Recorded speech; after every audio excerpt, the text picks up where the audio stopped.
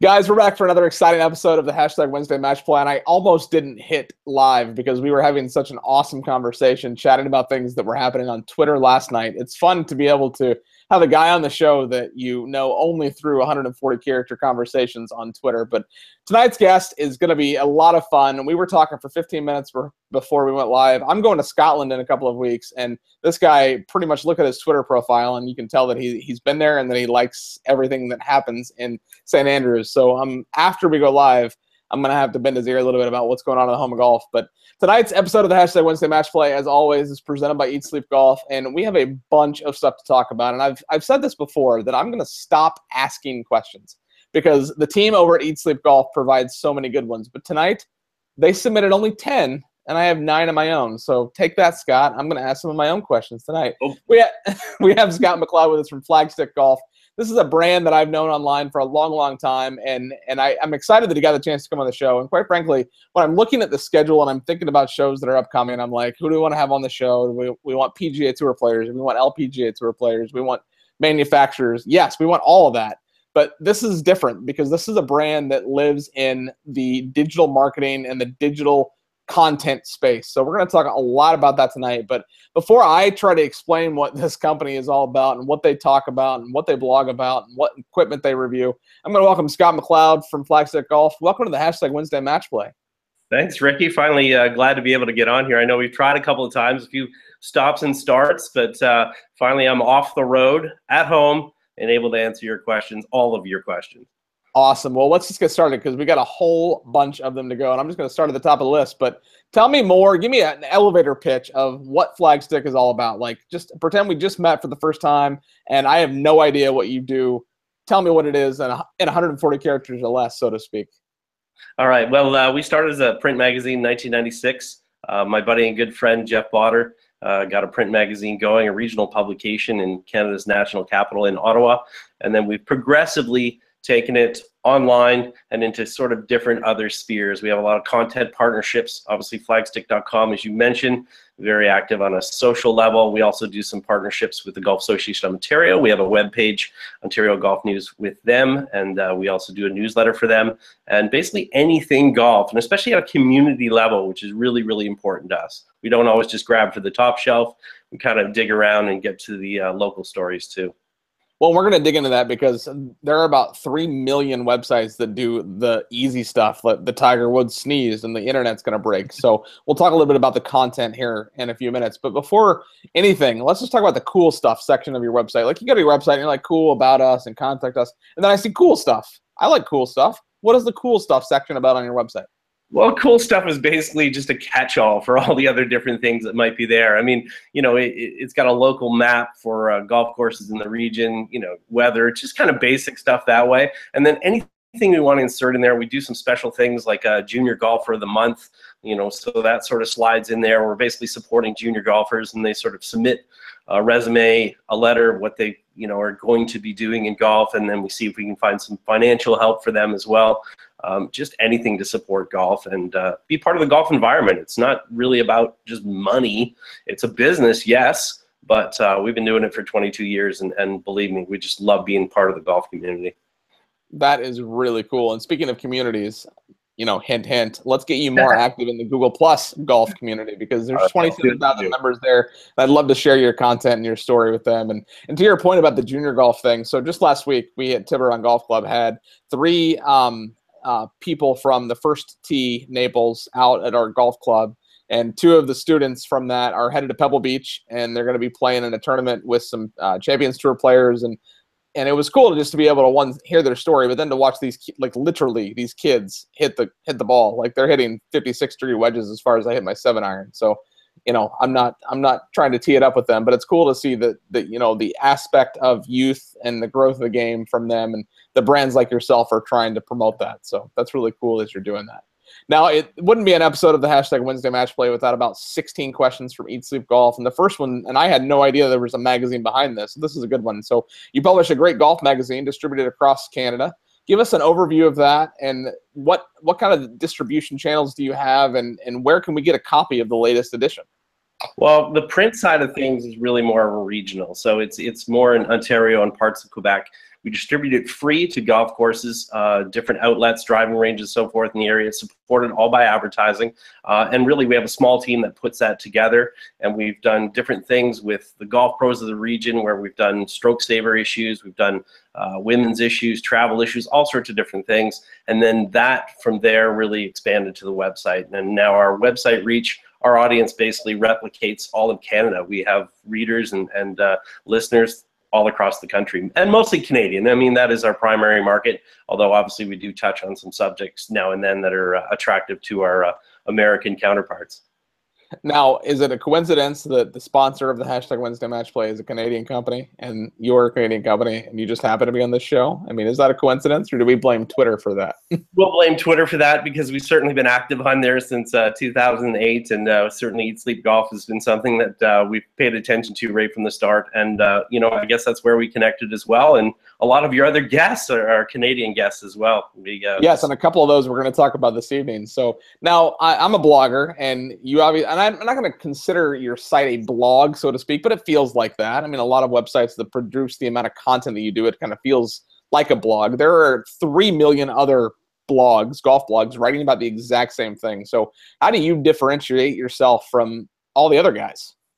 Well, I think the biggest thing is something you talked about earlier. We're not always talking about, you know, tiger sneezing or, you know, arrest records or, you know, the sensational stuff. I mean, we really go and do profiles on local people, whether, you know, they could be the chef at a golf course, they could be the pro, they could be somebody that's significant from an administrative side of things, and go and get their stories. And those are the root of the golf community more than anything. And while it's great to go and follow the PGA Tour and the LPGA Tour, we'd rather have talked about, you know, that LPGA Tour player, Brooke Henderson, for an example, when she was 8 and 9 years old, and found her story right from the start, rather than waiting till everybody knew about them.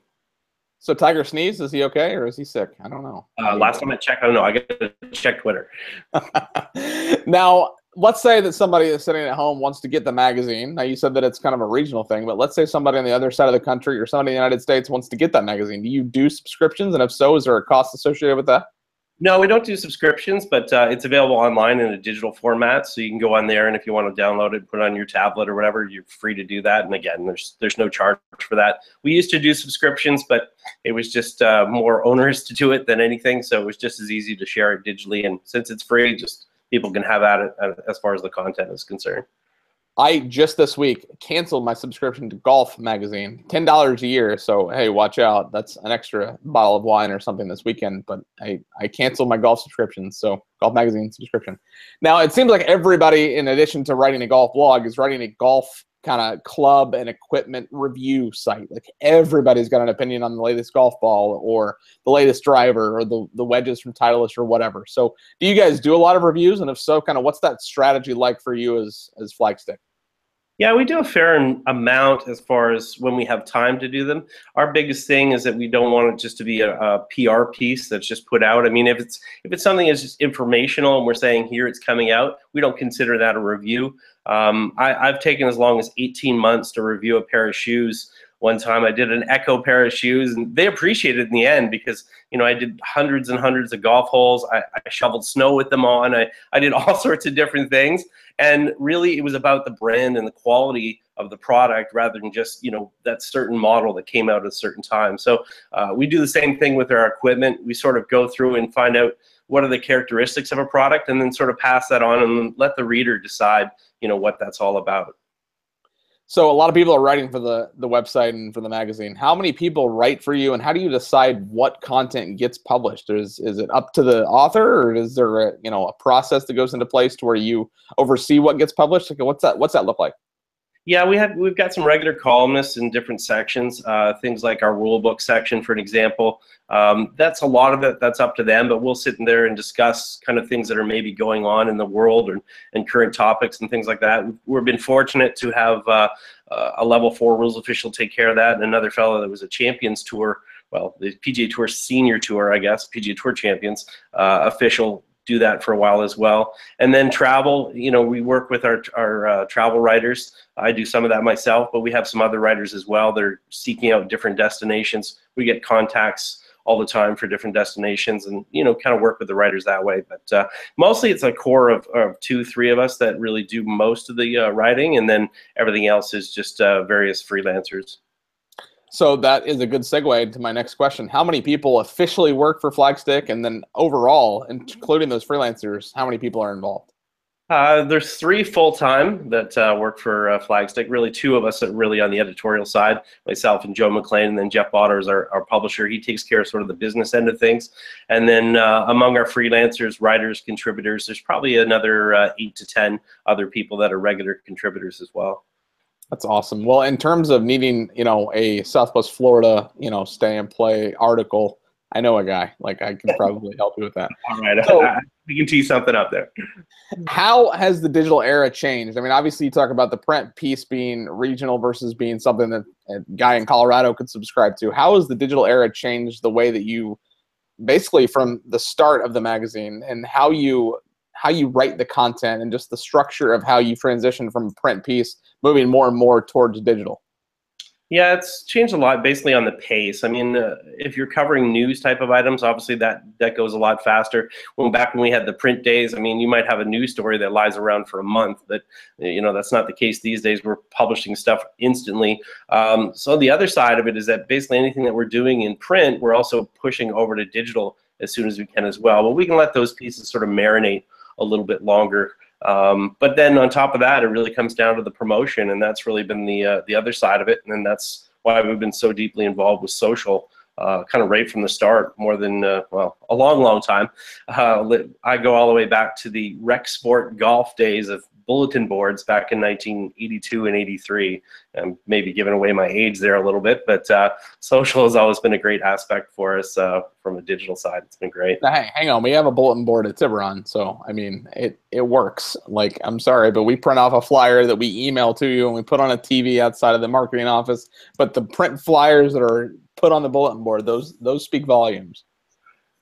So you have a profile section on your website. One, I want to learn more about those and how somebody gets featured into a profile. And you had Lisa Longball, and we haven't talked about her in a couple of weeks, but she was on this show not long ago. So first off, do you know Lisa? Talk about the profile and just kind of explain that whole thing in, again, 140 characters or less. You're not very good at that, by the way, because the last time I said that, you said like 3,000 characters. Totally good. I'm sorry. Profiles, basically, we just have a massive list that we form at the start of the year. We go through and put some names down there and then sort of sort through it and see what's sort of interesting and timely. Lisa and I became friends in 2008. We golfed together at the PGA Show in Orlando, and we've been fast friends since then. She's almost like a sister to me, and we talk all the time and get to play golf only once a year normally at the PGA Show, but we always get together, and I'm usually needing a lot of sleep after that because, she, as you know, she's very high energy and running around all over the place doing her thing, and I find it entertaining. And she's just great fun. She's a great lady, and she certainly attracts a lot of attention with her enthusiasm for golf. So, do you play the same course when you're in Orlando, or do you switch it up every year? No, it varies a lot. Sometimes there's manufacturer outings, obviously. We'll get to go to some of those. My good friends from Accra Golf Shafts, which are some guys that you should have on the show at some time, happen to be here in town in Kingston, and they put on a day during the PGA Show, and we usually get paired together for that one, and it can be anywhere in Orlando. But it was Orange Tree the last couple of years, which is a great private golf club there, a very tight golf course, but one we enjoy immensely. Probably not that good for January golf swings for Canadians, but oh well, we'll live with it. If I can talk you into it next January, I'm 3 hours away, so swing down here. We'll play Tiburon. I'll take you out, show you. We have 36 holes at Tiburon, so I mean, you might have to play in a couple of days, but let's make sure you get down here and see it. So the content in the website, is the website content the exact same as the print, or is it different? Like, kind of, what's that strategy look like? I mean, you're I imagine, eventually going to get rid of the print, maybe, but is the content the same? Well, we still have an audience for print. I don't think it's going to go away 100%. The content, almost everything that we do online ends up in the print magazine. We might have some other things that are in there, but I would say probably right now from a digital basis, we probably have 3 to 4 times the amount of content online in a month that we do in the magazine. So we sort of pick some of the features out in the magazine, and we sort of pick maybe 10 or 12 big news stories and put those in print. Otherwise, everything resides on digital. Very cool. So there are a lot of golf courses in Canada. Troon only manages one of them, though. It's on the far west side, Sagebrush, but there are a lot of good courses near you. What's your favorite course in all of Canada? Wow. My favorite course probably in all of Canada would be Cabot Cliffs right now. I mean, I was down there again in October to play it. And of the 2,200 plus golf courses in Canada, it's certainly probably the most spectacular. And I'm a sucker for sort of that linksy feel. Cabot Links has a little bit more of a links feel than Cabot Cliffs, but you just can't beat it as far as look is concerned. And I'm a big fan of Capilano on the West Coast as well. Never even heard of that.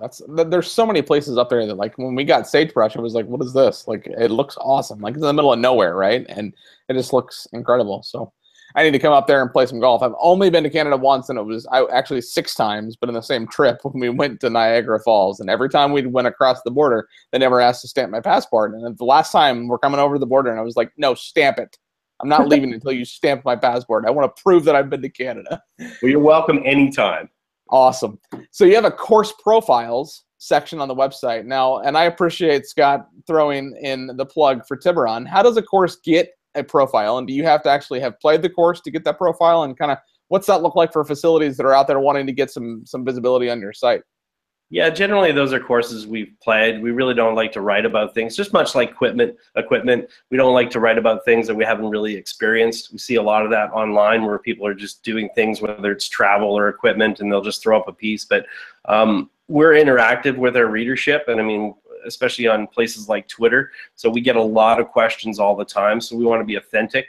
So it's really comes down to golf courses that we want to, we played, we've experienced, maybe there's changes in design or things of late, and, we've checked out and produce stuff that way. And really, like I said, it's very interactive. We don't just publish the articles. Same with our travel. We want people to come back and talk to us about those, those destinations, those golf courses, and we want to be able to, be informed about them.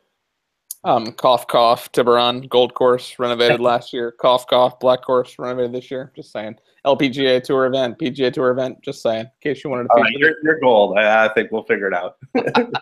So what's your website traffic look like? Like, I never know. Like, I hear some people say, oh, I got 400,000 hits last month, or I got 13,000 hits last month. Like, when I started blogging, I said if one person reads one blog post, that's all I care about. Obviously, that's changed over the last 9 years. But what's your website traffic look like, and is it growing? Is it stagnant? Like, kind of, what's that look like for you guys?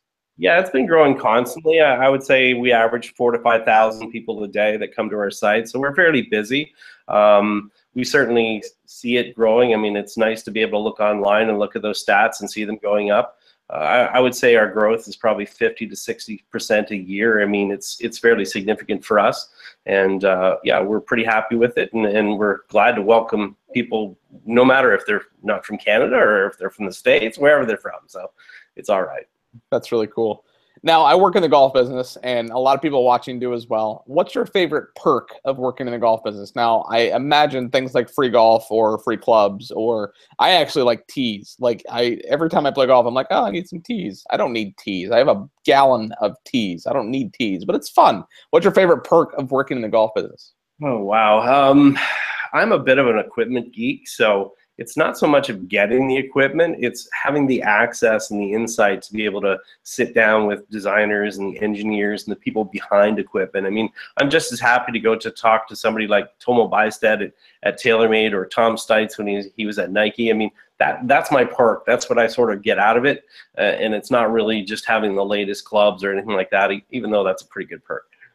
I got the chance to that very point to play a golf course not long ago. It's actually owned by Larry Bird, and I played it with the course designer. And imagine standing on a tee and you're thinking, wow, where do I hit it? And you can just look to your left and say, hey, where do I hit it? And he tells you, because he designed the freaking golf course. So I can totally relate to that. Like, I personally could not care less about equipment, and I've been playing the same set of clubs for the longest time. Doc Griffin, who's been on this show and who is a good friend of mine and is a top 100 master club fitter, is getting ready to fit me for a new set of clubs. He's flying down here in September, and he's putting me in a set of alpha golf clubs. So I can starting to get to the point that I want to know more about why that club company over the next, and how this club company is different, et cetera. So, but I can totally relate to that. And you named 2 names right there that I've never heard of. And I mean, to your point, let's get them on the show. I want them all on here.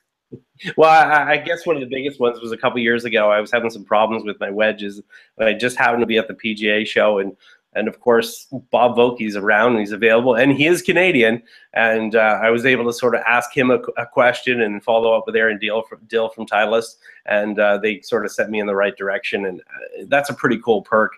Something I wouldn't have imagined when I was 15 or 16 years old, to be able to ask the man who actually created the wedge, which one should I play and why should I play it? So that's And he's a nice guy too. Bob is a fantastic gentleman. So that's cool that you got a chance to. How long did you talk to him, and what did you ask him? Like that's pretty cool. Well, I've met Bob more than a few times. He just went into the Canadian Golf Hall of Fame. I've interviewed him a few times. Had lots of chats and discussions. So that was just a particular one. I just presented the same question, the issue that I was having, and he diagnosed it right away. And he just said, you've got too much bounce. You're too little bounce. You need a K grind. Put this in your bag. You'll be a happy guy. Get this amount of loft in there. And, he's just like a magician. Next thing you know, I was hitting golf shots that I probably shouldn't have been able to hit. But thanks to him, I was. So very, very lucky to be able to do that.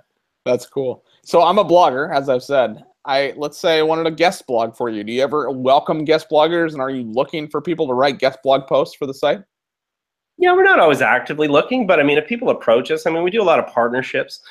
We've done some things lately with Catherine Roberts, who does her yoga. We've done some different things with the local physiotherapy place. We've done a lot of different things with various golf pros and their content as well. So we're more than happy to do a lot of content partnerships. It really helps both sides of the equation. And yeah, I mean, as long as it's good content and we think our readers would be interested in it, we're always willing and game. We're not looking for that, that paid stuff that's, basically garbage, embedded with all sorts of links and really doesn't do anything. We want some authentic stuff that people are really, are really going to find interesting more than anything. So Catherine and I have become friends, and she was in Scottsdale. I think she lives in Scottsdale more than she lives in Canada. Half the year, so yeah. We might be taking her from you, so unfortunately. But the stuff that she does with Yoga for Golfers, and she's done a lot of stuff with Tim Mahoney and Troon, and it's cool to, like, how small this golf world is, right? Like, you come on the show and we know all these people, and just, yeah, it's awesome. So the PGA Show, I went 5 years in a row, and I haven't been in a couple of years, and I live as close as I ever have to the Orange County Convention Center. But what's, like, your overall experience having gone to the PGA Show? And tell me a story that is so unique that you can't make up. Like, what would be, like, your all-time most random story of the PGA Show? Oh, wow. I've been to 25 of them. Holy cow. I started going when I was 21. That is crazy. I got a few of them, but I would say one of the funniest ones, the one time I was walking down the aisle, and there's a company called Mondetta that was out there at that time, and it was owned by this gentleman, and I happen to know who he was married to, but it really didn't dawn on me. And I was walking down the aisle, and there was this lady there, and she seemed to be looking around. I stopped and asked her for, do you need help to where to go? And it was Paul Abdul, of all people. And I just thought, all right, this is kind of bizarre, but, that's the way the golf industry is. You just never know, everybody's a golfer or related to a golfer or something around golf. And I just thought it was just kind of, out of place, but it was funny. So. Well, there's a reason why they call it the greatest game ever played. So that right there is another tip of the cap to why it is just that. So you can advertise with Flagstick. What's that about? Who are some of your advertisers? How does a person sitting at home that maybe wants to get involved, Eat Sleep Golf, for example, let's say they wanted to advertise with Flagstick. What's that process look like? Yeah, we've got a lot of options for advertisers. I mean, obviously there's the print option that's there, banner advertising, pop-ups, all sorts of different things that way. We also do a lot of sponsorships as well for our newsletters. We do 3 newsletters a week. The content comes from the website. So we have supported sponsors posts there as far as banners and sponsored posts. And then we do a couple newsletters a week as well for Ontario Golf News. So there's a lot of options for partnerships there. We do a lot of contesting and things as well. We're about to start another one, I guess, this week with Levelware Golf heading into the CP Women's Open, and we have a little contest there. But we have your Titleists, TaylorMades. We have lots of different brands that are involved with us, and that's just because we're really grassroots more than anything, and we really work with them to find out the most value for them and how they're going to prosper out of it. It's not a matter of us just sticking our hand out and saying, hey, we want you to advertise. So I'm a marketing guy. The first question: How many people are in your email database? You'd have to ask my publisher that one. So that's not my side of the business. I'm the editor. I take care of the editorial content and put that things together. So that would be up to him. And with our partnership with the Golf Association of Ontario, they have over 90,000 members, and we do their newsletter for them. So you can probably extrapolate some numbers from that. Okay, that's cool. So what's your travel schedule look like? You got a busy into the summer, fall ahead of you? Well, I just got home off of, I've been home 4 days of the last 24. I was down in Prince Edward Island for a while. Did have some family time down there, which was great. And then I just spent the last 7 days in South Carolina and North Carolina, including the PGA Championship. And then this week I'm just home, and then next week I'm off to the CP Women's Open up in Ottawa, where I'll be covering it media-wise, and I'll be doing a little caddying as well. So no kidding. Yeah, it's a busy time. That's really cool. Who are you caddying for? I'm caddying for one of our Canadian national team members. Her name is Grace St. Germain. So that's a cool name. I dig that name. So outside of the amount of content, obviously, that you're producing, what's next? Like, what are you guys working on? Like, what's Flagstick got coming down the pipeline? Well, we've got all the things we're always interested in. I mean, obviously, we're going to continue to push sort of on the digital side of things. We're involved with a little bit more video. We have some other partnerships that we're dealing with some travel things. And we also have another brand that we're involved in. It's a little bit of a clothing online brand as well, called Crack Tea, that we're doing as well. So we've got all sorts of different things, and we're always thinking beyond just traditional advertising, and yeah, that makes it all that more interesting and keeps us moving forward.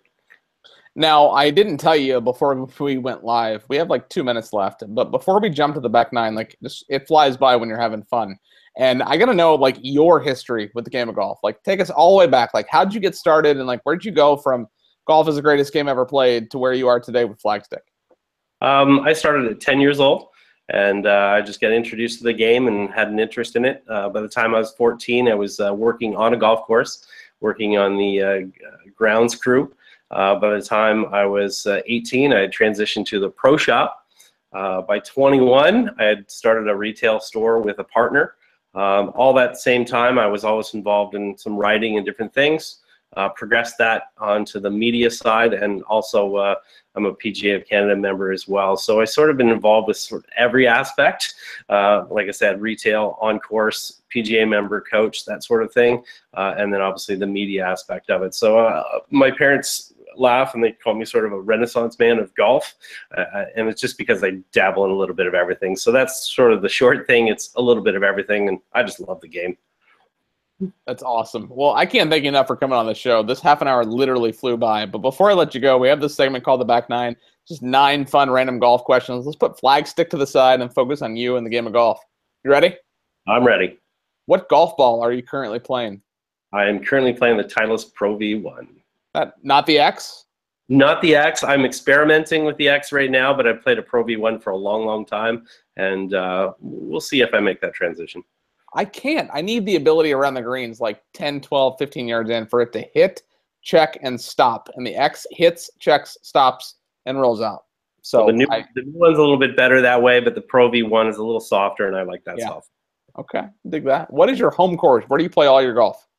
I play most of my golf when I'm home at a place called Garrison Golf and Curling Club. It is actually a military golf course, and I've played a whopping 7 rounds there this year. So I'm the perfect member. Pay your money. That's not many rounds. I don't know if you're counting, but that's not many rounds. Well, I played lots of rounds. I just don't happen to play them there. And the fall is coming, so that'll be my golf season then. Now, I should change this from have you ever had an ace to how many aces have you had, but have you ever had one?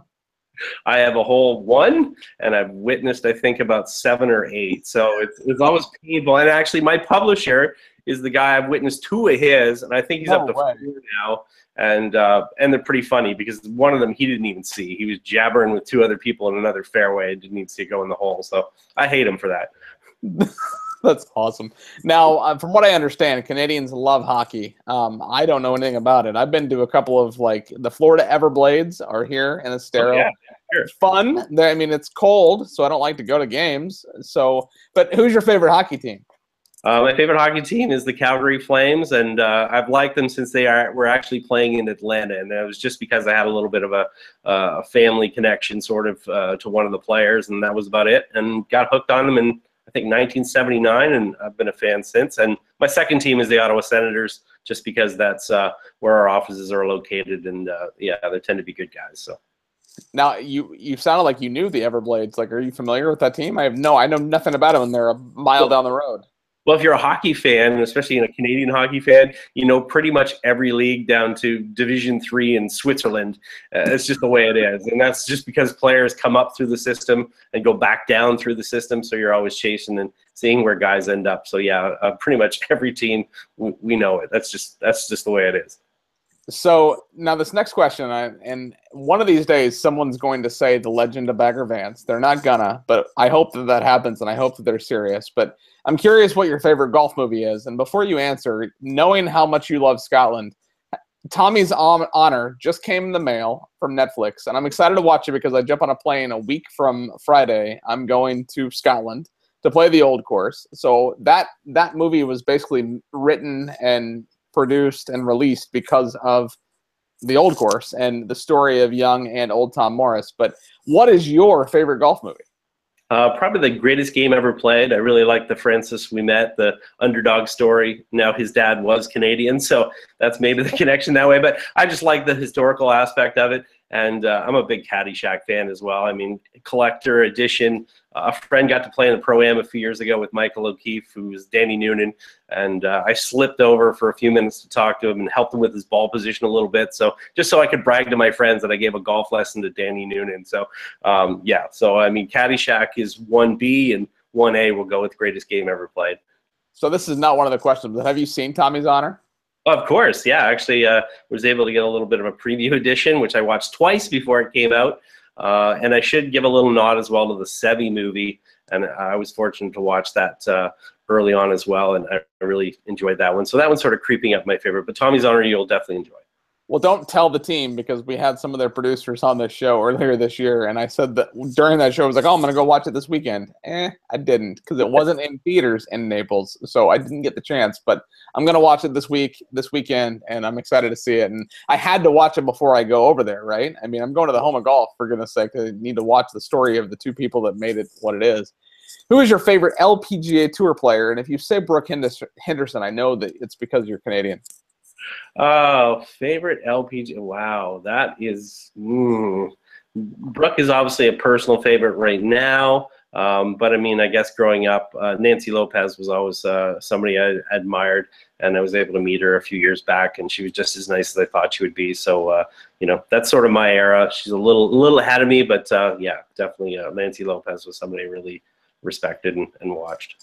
Good tie to the PGA Show. I've met her once at the PGA Show. That's exactly where I met her too. That's awesome. Yeah. So there's a lot of great breweries popping up in Canada. I mean, obviously there's a ton here in the U.S. Are there any good local craft breweries where you live? Yeah, we've got a really good one that's not far from a golf course as well. It's called McKinnon Brothers, and it's basically 3 family members that have created a craft brewery at their family farm that was over 200 years old, and they didn't want to get in the farming business, but they wanted to keep the farm alive. So McKinnon Brothers is there, and literally off the 6th tee of the Loyalist Country Club, you could probably try to creep over the fence and be in their field in no time. So I haven't done it yet, but you never know, it might happen. Now, we've become quick friends here, and you need to be real careful how you answer this next question. Well, I know which one this is going to be. I know you do. Do you think Tiger breaks Jack's record? Why or why not? And be nice if you say no. All right. My take is no, but not because of Tiger so much, but more because of the other players that are playing now and playing in the game. And, you know, you talk to more and more players now that, you know, Tiger, unfortunately, has become a historical figure for them. So there's not an intimidation factor, and there's so much talent coming in there. It just creates more competition so that if he does come back, and I hope he does, and if he doesn't and just is healthy and enjoys his family, that's good by me. He doesn't owe us anything. He was an amazing player, and I have all the respect in the world for him. But if he does come back, you know, he's facing a lot of competition, and, you know, he may play well, but that just might prevent him from winning that extra 4 majors. Now, let me preface this. If he comes back, if he's healthy, let's say he gets 7 more years of healthy Tiger-esque quality play, do you think that he could sniff a chance of breaking it then? Because I get it that he's not intimidating a Jordan Spieth or a Dustin Johnson, but I guarantee that if those guys are on the tee box on Sunday afternoon and Tiger is standing next to him, they're going to be thinking, wow, this guy's won 15 of these. Now what do I do? Do you think he could, like, if he's healthy? Yeah, if he was healthy and if he could recover even 80% of what his game was, I would give him a chance, especially maybe at a place like Augusta National. Or St. Andrews, for that matter. Yeah, so 2020, look out. He's 100-1 odds to win the Masters. I don't know if you saw that. That came out this week. So he's not even said that he's coming back ever, let alone for Augusta. But he's 100-1 to win. I don't know. It's a little self-serving because I've got a lot of Tiger stuff. And if he doesn't win and break that record, I've got a lot of stuff that just doubles as a paperweight. So I need him, a little bit, I need him to break the record so I can retire, is basically what I'm saying. So Tiger, if you're watching, go out and win a couple of more majors. And your final question of your hashtag Wednesday match play is, what's next for Flagstick? It's awesome to get to meet you and talk to you, and everybody at home is not going to be able to enjoy the conversation that I hope we have after about Scotland, because that's kind of top of my radar. But what's next for Flagstick? I think it's just a continuation of what we started and sticking to the fact that, it's really about the golfers at the core that we really pay attention to. It's not always just about the top level players. So I think we just continue that. We just do it in a more digital realm, and we keep doing content that's more modern and delivering it in different ways and always adapting. And that's what we've always done, and that's what we'll continue to do. That's awesome. Well, you keep doing that. I will keep following along. Keep being active on Twitter because I enjoy your content there. Thank you so much for coming on the show. This has been awesome, and I'm excited to learn more about Scotland. So no offense to those watching at home, but we got to go. And as always, on the hashtag Wednesday Match Plays, you have to remember to eat, sleep, golf.